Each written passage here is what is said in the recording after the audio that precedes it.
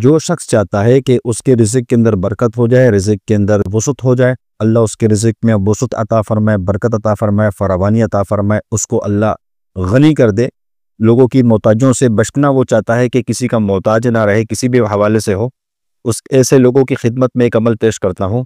इस अमल को करें, इंशाअल्लाह ताला अल्लाह हर किस्म की मोहताजी से आपको दूर फरमा देंगे। आपकी मोहताजी, आपके रिज़्क़ में बरकत अता फरमाएंगे, आपको गनी फरमा देंगे। इंशाअल्लाह ज़िंदगी में हर कामों में तरक्कियाँ होना शुरू हो जाएंगी। अमल नोट फरमा लें, या वहाबों का वजीफ़ा पढ़ना है 4444 मरतबा रोज़ाना पढ़ना है 40 दिन।